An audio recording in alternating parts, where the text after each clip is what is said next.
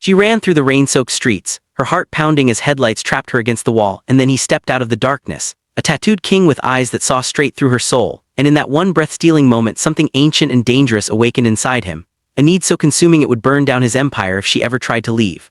Welcome to Mafia Stories, where mafia bosses rule the night, power is earned in blood, and love is the most dangerous weapon.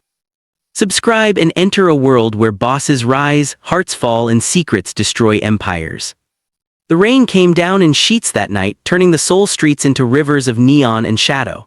Sera pressed herself against the cold brick wall, her breath coming in sharp gasps as the black SUV's headlights pinned her like prey. She'd been running for 3 blocks, ever since she'd witnessed something she shouldn't have in that alley behind the restaurant where she worked. The car door opened with a heavy thunk that echoed through the empty street. He stepped out slowly, deliberately, and Sera's world tilted on its axis. The man was tall and imposing, dressed entirely in black with an expensive suit that screamed power and danger. Rain plastered his dark hair to his forehead, and as he moved closer, she saw the intricate tattoos crawling up his neck and disappearing beneath his collar.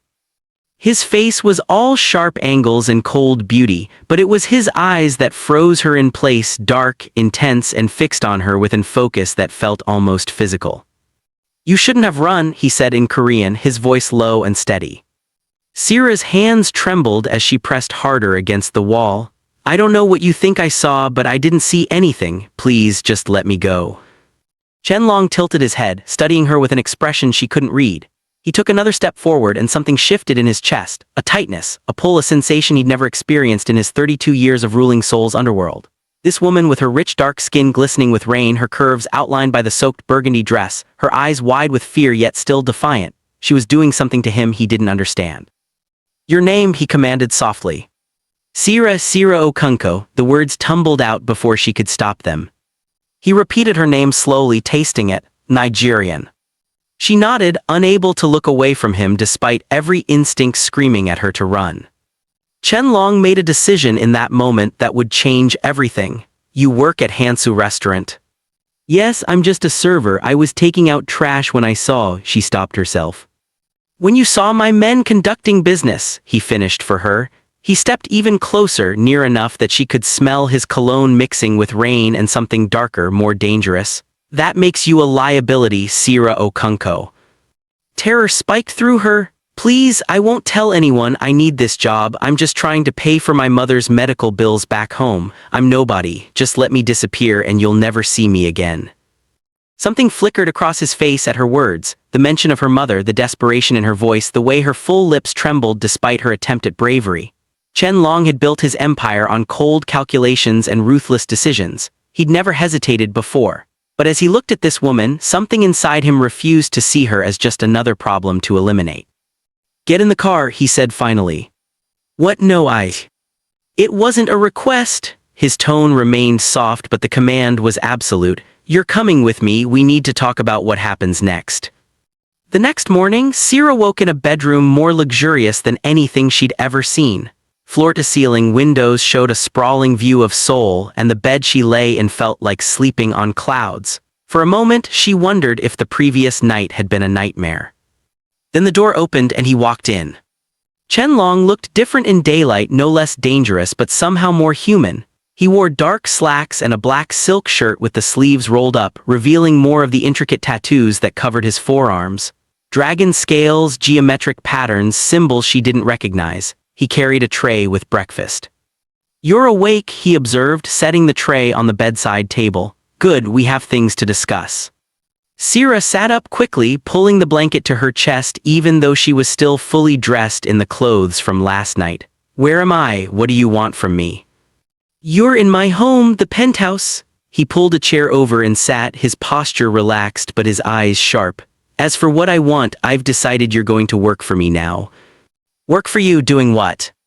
"Nothing illegal," he assured her, and she caught the ghost of amusement in his expression. "You said you needed money for your mother's medical bills. I'm offering you a solution. You'll work as my personal assistant. The pay will be substantial, enough to cover any treatment she needs." Sera stared at him, searching for the trap. "Why would you do that? Last night you said I was a liability." "You are." Chen Long leaned forward, elbows on his knees, his gaze never leaving hers. But I don't kill innocent people, especially not ones who were in the wrong place at the wrong time through no fault of their own. This way I can keep an eye on you, ensure you don't talk and you get what you need. Everyone benefits. I don't trust you. Smart, he stood, moving toward the door. But you don't have many choices. Eat your breakfast. Someone will bring you clothes. We'll discuss the details this afternoon. Later that day, Sera found herself in Chen Long's massive office, the city sprawling beneath them like a kingdom. He sat behind his desk, every inch the powerful leader she now realized he was. She'd heard whispers about Chen Long, the youngest crime lord in Seoul's history, the man who controlled half the city's underground operations, who was both feared and respected by enemies and allies alike. The rules are simple, he told her, sliding a contract across the desk. You work for me, you live here, you don't leave without security, you don't talk about anything you see or hear. In return, your mother gets the best medical care available and you'll be paid more than you ever made at that restaurant. Sera looked at the contract, then back at him. You're essentially making me your prisoner. I'm keeping you alive, he corrected. The men you saw last night, they work for a rival organization. If they find out you witnessed that meeting, they'll kill you to prevent you from being a witness. Here, under my protection, you're safe. The realization settled over her like ice water. She really didn't have a choice. Fine, she whispered, reaching for the pen, but I want proof my mother receives the treatment. Chen Long pulled out his phone and made a call in rapid Korean. 2 minutes later, he showed her his screen, a confirmation that a substantial payment had been transferred to the hospital in Lagos where her mother was being treated, with instructions for comprehensive care. Sera's eyes filled with tears. I don't understand you. You don't have to. He took the signed contract, his fingers briefly brushing hers, and that strange sensation hit him again, the tightening in his chest, the inexplicable pull. Just do your job, stay safe, and we'll have no problems. Over the following week, Sera discovered that being Chen Long's assistant meant managing his legitimate businesses, the hotels, restaurants, and real estate companies that served as fronts for his darker operations. She was intelligent and learned quickly, impressing even his most skeptical men with her organizational skills and attention to detail. But it was the moments between work that unsettled her most. Chen Long watched her constantly. She'd look up from her computer and find his eyes on her. He'd appear in doorways when she moved between rooms. During meetings, his attention would drift from business partners to her as if he couldn't help himself. Why do you stare at me like that? She finally asked one evening when they were alone in his office. He didn't look away or deny it, because I'm trying to figure you out. What's there to figure out? I'm just a girl from Lagos trying to survive. You're more than that? He stood and walked around the desk, and Sera's pulse quickened as he approached.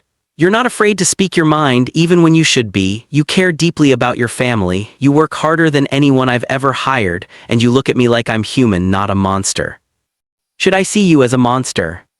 Chen Long stopped in front of her, close enough that she had to tilt her head back to maintain eye contact. Most people do. Most people haven't seen you pay for a stranger's mother's medical treatment. Something shifted in his expression. A crack in that controlled facade. That wasn't charity, Sera, that was leverage. Was it? She surprised herself with her boldness, but she'd seen things this past week. The way he treated his staff with respect, how he'd fired a man for being cruel to a cleaning woman, the donation he'd made anonymously to a children's hospital. I think you want people to see you as heartless, but you're not. You don't know what I've done. Maybe not, but I know what you're doing now.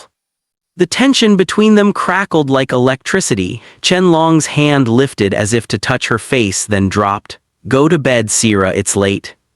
She left, but she felt his eyes following her all the way to her room. The next evening, Chen Long took her to a charity gala for one of his hotels.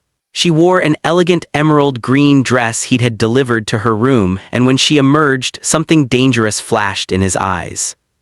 Beautiful, he murmured, offering his arm. At the gala, Sera stayed close to his side as he conducted business with partners and rivals alike.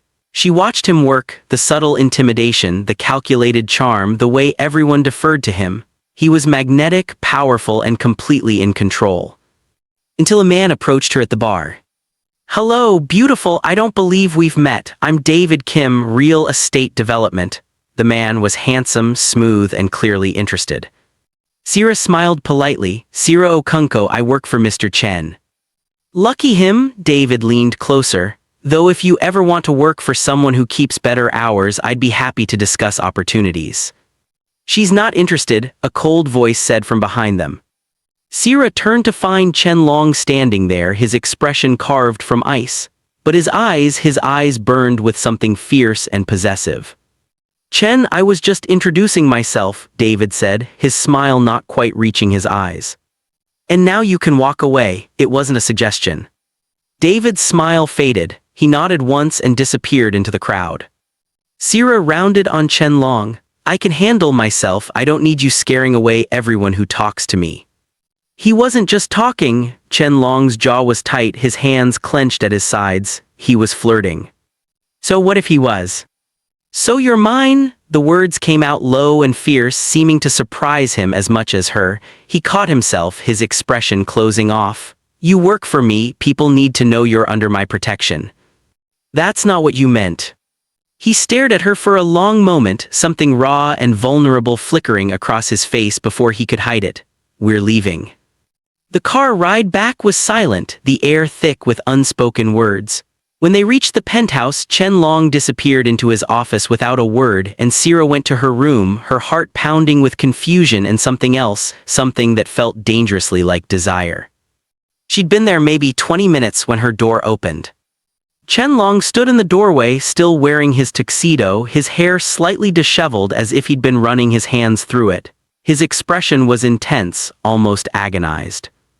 I can't stop thinking about you, he said quietly. From that first moment in the rain, something changed. You're in my head, under my skin. I've tried to ignore it, tried to maintain distance, but tonight watching him talk to you, seeing you smile at him.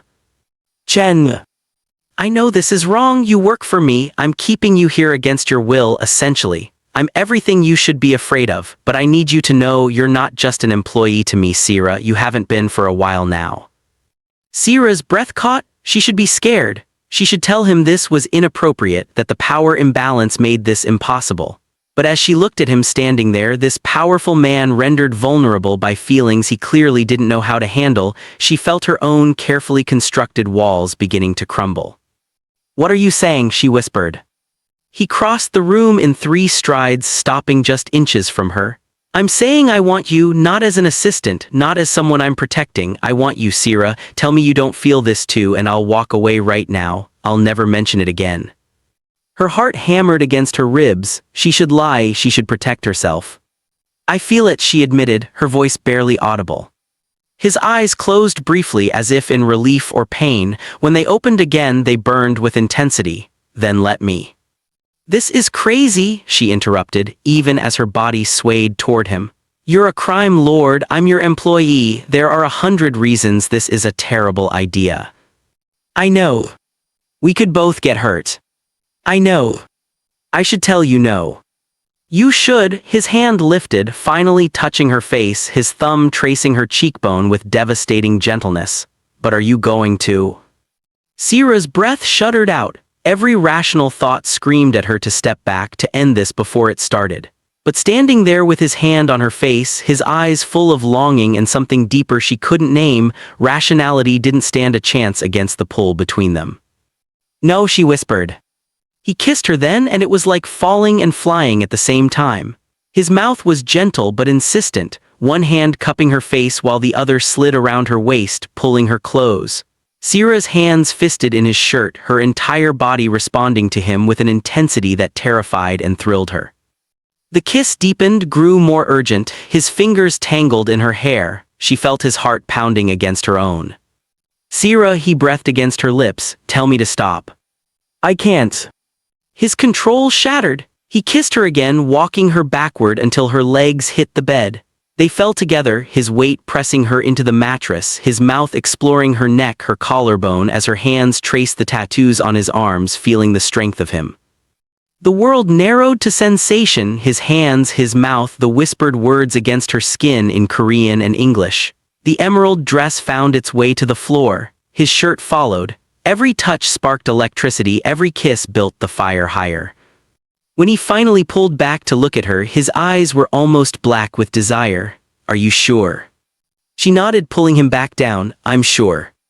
What followed was a gradual fade to black, a collision of need and emotion, vulnerability and passion, two people who shouldn't work but somehow did, finding in each other something they'd both been missing without knowing it. Sera woke to pale dawn light filtering through the curtains and an empty bed, her hand stretched across the sheets where Chen Long had been, finding them cold. Panic flooded through her as reality crashed down. What had she done? She sat up quickly, pulling the sheet around herself, and that's when she saw the note on the pillow. His handwriting was precise, controlled, had to handle business, stay in the penthouse, we'll talk tonight, see. The clinical tone made her stomach twist. Last night he'd been vulnerable, passionate, his walls completely down. Now in the harsh morning light he'd clearly rebuilt them. Sera's eyes stung with tears she refused to shed. She'd been a fool. Men like Chen Long didn't fall in love, they took what they wanted and moved on. She needed to leave before this destroyed her completely. By the time Chen Long returned that evening, Sera's bags were packed and waiting by her bedroom door. She'd made arrangements to stay with another Nigerian student she knew from church, someone far from this dangerous world. What the hell is this? Chen Long stood in her doorway, still in his black suit, his expression thunderous as he stared at the luggage. I'm leaving, Sera said, forcing strength into her voice even as her heart shattered.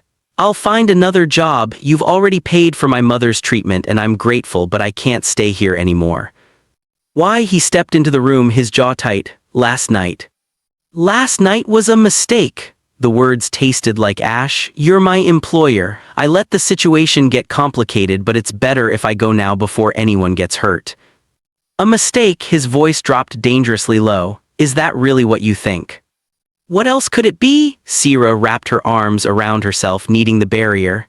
You left this morning without a word, just a note like I was some business transaction you'd completed. I'm not stupid, Chen, I know what this was. He stared at her for a long moment, something working in his jaw. Then he pulled out his phone and made a call in rapid Korean. Sera didn't understand the words, but she heard the authority in his tone. There, he said when he hung up. I just canceled every meeting I have for the next 3 days. Does that seem like you're just a transaction to me? I don't understand. Chen Long moved closer, and she saw the shadows under his eyes, the tension in his shoulders. I left this morning because I had a meeting with the Takahashi clan that's been scheduled for months. If I'd missed it, it would have been seen as weakness, and weakness gets people killed in my world. I've been thinking about you all day, trying to figure out how to make this work when everything about it is complicated and dangerous and probably insane. Sera's breath caught. Chen. I don't do this, Sera. I don't get attached. I don't let people close. But you, he ran a hand through his hair, frustration evident in every line of his body. You've gotten under my skin in a way I can't explain. When I think about you leaving, it feels like someone's ripping something vital out of my chest. So no, last night wasn't a mistake. It was the first real thing I've felt in years. Tears spilled down her cheeks. I'm scared. So am I. He closed the distance between them, his hands gentle as they framed her face. I'm scared I'll hurt you just by being who I am. I'm scared my enemies will use you against me. I'm scared you'll realize what a monster I actually am and look at me with fear instead of the way you're looking at me right now. But I'm more scared of letting you walk away. This is crazy, she whispered, even as she leaned into his touch. I know, stay anyway. She kissed him instead of answering, and his arms came around her, holding her like she was precious, like she was his. When they finally pulled apart, both breathing hard, Chen Long rested his forehead against hers. Unpack your bags, he said softly, please. Sera nodded, and relief flooded his features. The next few days existed in a bubble of stolen moments and growing intimacy. Chen Long taught her Korean phrases over breakfast. She made him try jollof rice and laughed at his surprise when he loved it. They watched the sunset from his balcony, his arms wrapped around her from behind, and for brief moments it was easy to forget the darkness that surrounded his world. But reality came crashing back a week later. Sera was reviewing contracts in Chen Long's office when his second-in-command, Min Jun, burst through the door without knocking. His face was grim. We have a problem. The Takahashi clan knows about her. Min Jun's eyes flicked to Sera apologetically. Someone leaked information, they're making moves. Chen Long was on his feet instantly, his entire demeanor shifting from the gentle man she knew to the lethal crime lord everyone else saw. How much do they know? Everything, that she witnessed our meeting, that she's living here, that you've been. Minjun stopped himself. Say it, Chen Long commanded coldly. That you've been compromised because of her. They think you're weak now, distracted. Ikiro Takahashi is calling for a meeting. He wants to renegotiate territories, and if you don't agree to his terms, he's threatening to make an example. An example of what? Sera asked, though she already knew the answer from the look on their faces. Chen Long's expression was carved from stone. Get her to the safe house, now triple the guard detail. I'm not going anywhere, Sera protested, standing. This is because of me. I should. You should do exactly as I say. His voice was hard, but when he looked at her, his eyes betrayed his fear. Please, Sera, I need to know you're safe while I handle this. I can't think straight if I'm worried about you. Minjun was already moving toward her. Miss Okunko, we need to go. Chen. I'll come for you as soon as it's safe, I promise. He crossed to her, kissing her hard and fast. Trust me. She wanted to argue, but the fear in his eyes convinced her. Be careful. Always. The safe house was a luxury apartment in Gangnam, surrounded by Chen Long's men. Sera spent 2 days packing, trying to work but unable to focus, jumping every time her phone buzzed. Chen Long sent brief updates, handling it. Stay put, miss you, but nothing substantial. On the third night, everything went to hell. The power cut out suddenly, plunging the apartment into darkness. Sera heard shouting, gunshots, chaos. Her door burst open and a man she didn't recognize grabbed her arm roughly. Come quietly and you might survive this, he hissed in accented English. Terror froze her for only a second before survival instinct kicked in. She'd grown up in Lagos, she knew how to fight when cornered. Sera slammed her elbow into his throat and ran. She made it to the stairwell before strong arms caught her from behind. This man was bigger, stronger, and he had a gun pressed to her ribs. Nice try, sweetheart, but you're coming with us. Chen Long needs to learn that actions have consequences. They dragged her down the stairs and into a waiting van. Sera fought every step, screaming, kicking, but there were too many of them. The van door slammed shut and they sped into the night. Chen Long was in a meeting with his lieutenants when Minjun's call came through. He saw his second-in-command's face go pale, saw him mouth the words that made Chen Long's blood run cold. They took her. The world tilted. For a moment, Chen Long couldn't breathe, couldn't think beyond the red haze of rage and terror filling his mind. Then training kicked in, years of controlling his emotions, of making cold calculations under pressure. But this wasn't cold, this was fire, pure and consuming.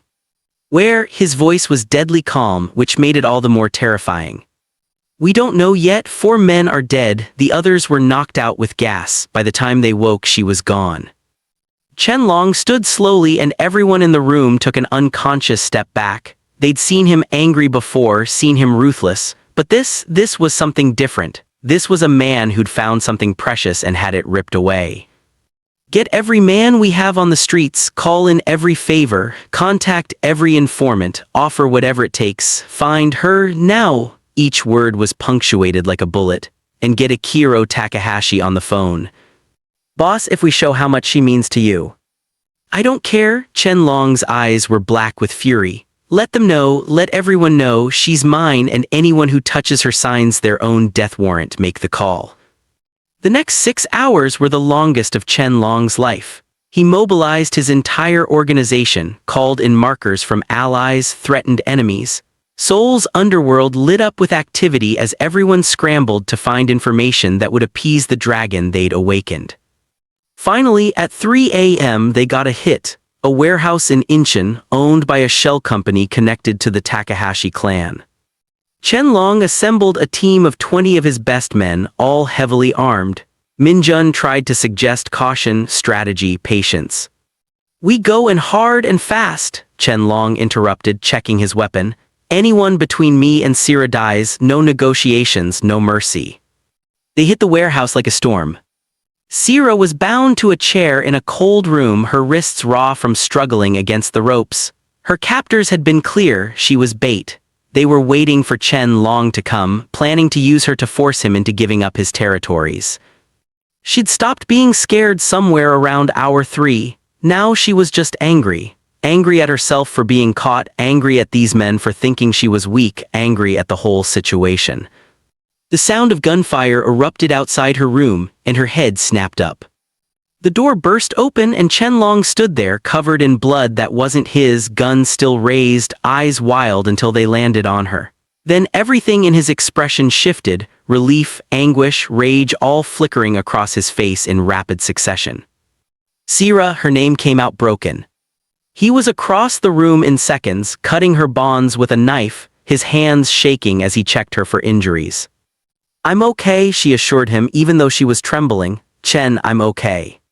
He pulled her into his arms, holding her so tightly she could barely breathe, his face buried in her hair.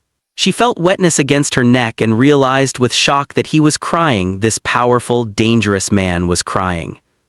"I thought I'd lost you," he whispered roughly. "I thought. I'm here, I'm safe, you found me." He pulled back just enough to cup her face, his thumbs wiping away her tears. "I burned half of Seoul looking for you. I would have burned it all, the whole world. Everything I've built, everything I am, none of it matters without you. Chen, I love you." The words came out fierce, absolute. "I don't know when it happened, maybe that first night in the rain, maybe every moment since. But I love you, Sera Okunko, and I need you to know that before anything else happens, before the world tries to tear us apart again, you're not convenient or a distraction or a weakness, you're everything." Fresh tears spilled down her cheeks. "I love you too. I tried to be smart and protect myself, but I love you."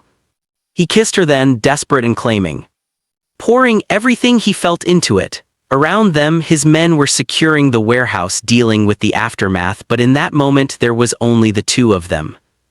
Later, in the car heading back to the penthouse, Chen Long kept her pulled close to his side, one arm wrapped around her protectively. His other hand held his phone as he made call after call, his voice cold and commanding. "What are you doing?" Sera asked. "Ending this." His jaw was set. "The Takahashi clan made a fatal mistake. They touched what's mine. Tomorrow morning, Ikiro will wake up to find half his operations shut down, his accounts frozen, and his allies suddenly unavailable. By tomorrow night, he'll be begging for terms." "Is this how your world always works? Violence and revenge?" "Yes," he looked at her directly. "I won't lie to you about what I am, Sera. I'm not a good man, but I'm trying to be a better one for you, and I will always, always protect you, no matter what it costs." She studied his face, the tattoos, the sharp features, the eyes that could be so cold to the world but softened only for her. "I don't need you to be a good man, I need you to be an honest one." "Then honestly, I'm going to marry you." Sera blinked. "What?" "Not right now," he clarified, a small smile finally touching his lips. "But soon. I want everyone to know you're mine, that you're under my protection not just as my woman but as my wife. In my world that means something. It means anyone who touches you will face not just my anger but a breach of the deepest code we have." "That's very romantic," she said dryly, but she was smiling too. "I'll work on the romance part," he kissed her forehead. "But I mean it, Sera. I want forever with you if you'll have me despite everything that comes with it. Ask me again when I'm not traumatized and exhausted." "Fair enough." They spent that night tangled together, neither willing to let the other go. Chen Long held her like she might disappear, and Sera anchored herself to his heartbeat, steady and strong under her palm. The next day, true to his word, the Takahashi clan crumbled under the weight of Chen Long's retaliation. Ikiro Takahashi came to the penthouse personally to negotiate peace, and Sera watched from the doorway as the man who'd ordered her kidnapping bowed deeply to Chen Long. "My sincere apologies," Ikiro said stiffly in English, clearly for her benefit. "My men acted without full authorization. I had no wish to harm Miss Okunko or disrespect your relationship." Chen Long's expression remained carved from ice. "Your men followed your orders, don't insult me with lies." He leaned forward. "Here are my terms. You withdraw from the 3 disputed territories, you pay compensation for damages, and you spread the word throughout Seoul. Sera Okunko is untouchable. Anyone who harms her, threatens her, or even looks at her wrong will deal with me personally. Understood?" "Understood." "Good, now get out." After Ikiro left, Chen Long turned to find Sera watching him. Too harsh. "No, just intense." She walked into the office. "Is it always going to be like this, people testing you, using me?" "Not after today." He pulled her into his arms. Word will spread, they'll know I'm serious and will be more careful, better security, lower profile when needed. I won't let what happened yesterday happen again. I trust you. Then trust me with one more thing. He reached into his desk drawer and pulled out a small velvet box. I said I'd ask again when you weren't traumatized. Technically, you're still recovering, but I've never been good at waiting for what I want. Sera's breath caught as he opened the box. The ring inside was stunning, a large diamond surrounded by smaller stones, elegant and bold at the same time. Marry me, Sera, be my wife, my partner, my everything. I can't promise this life will be easy or safe or normal, but I can promise I'll love you until my last breath, protect you with everything I have, and spend every day trying to be worthy of you. Yes, the word came out without hesitation, all her doubts burned away by the certainty in her heart. Yes, I'll marry you. His smile was brilliant, transforming his entire face. He slid the ring onto her finger, then kissed her with a tenderness that made her heart ache. 3 months later, they married in a private ceremony attended only by Chen Long's closest men and Sera's mother, who'd flown in from Lagos. The wedding was beautiful but understated, held in the penthouse with Seoul spread out beneath them like a kingdom. But the real magic was in the way Chen Long looked at her as she walked toward him in her white dress, like she was his salvation, his redemption, his whole world. I love you, he whispered when she reached him. I love you more. Impossible. They exchanged vows in both Korean and English, promising love, loyalty, and protection. When he kissed her, sealing their bond, Sera felt something settle in her soul, a sense of rightness, of coming home. That night, lying in their bed with his arms around her and his hand resting on her stomach where their future grew, Sera marveled at how much her life had changed. What are you thinking? Chen Long asked softly, pressing a kiss to her shoulder. That I ran from you in the rain that night, and somehow I ended up exactly where I was supposed to be. I think I was lost before you, he admitted. I just didn't know it. You made me want to be more than what I was. You were always more, you just needed someone to see it. He turned her to face him, his expression serious. I need to tell you something. What? I'm planning to transition more of my operations to legitimate businesses over the next few years.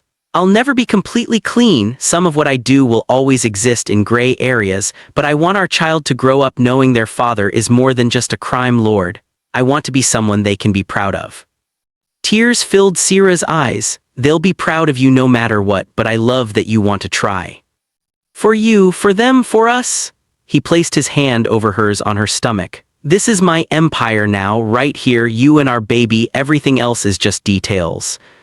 6 months later, Sera gave birth to a daughter they named Amara, which meant grace in Igbo, a perfect name for the little girl who'd brought grace into both their lives. Chen Long held his daughter for the first time with tears streaming down his face, all his legendary control shattered by the tiny human in his arms. She's perfect, he whispered, just like her mother. She has your eyes, Sera observed, exhausted but happy. Poor child. Lucky child, those eyes won her mother over from the start. He looked up at her, his gaze full of love and wonder. Thank you for taking a chance on a man in the rain, for seeing past the monster to whatever's underneath, for giving me a family I never thought I'd have. Thank you for loving me enough to change, for being the man I always knew you could be. Chen Long leaned over to kiss her, careful not to disturb Amara sleeping against his chest. Forever, he promised. Forever, Sera agreed. And as the sun rose over Seoul, painting the city in gold, the three of them existed in a bubble of perfect peace, a crime lord reformed by love, a woman who'd seen past his darkness, and the daughter who represented their future.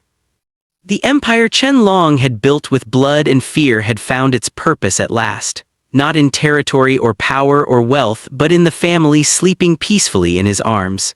He'd told Sera once that he'd burn down the world for her. But as he watched them both sleeping, he realized the truth. She hadn't made him burn the world, she'd made him want to build a better one. And that, in the end, was the most dangerous power of all, the power of love to transform even the darkest heart into something capable of light.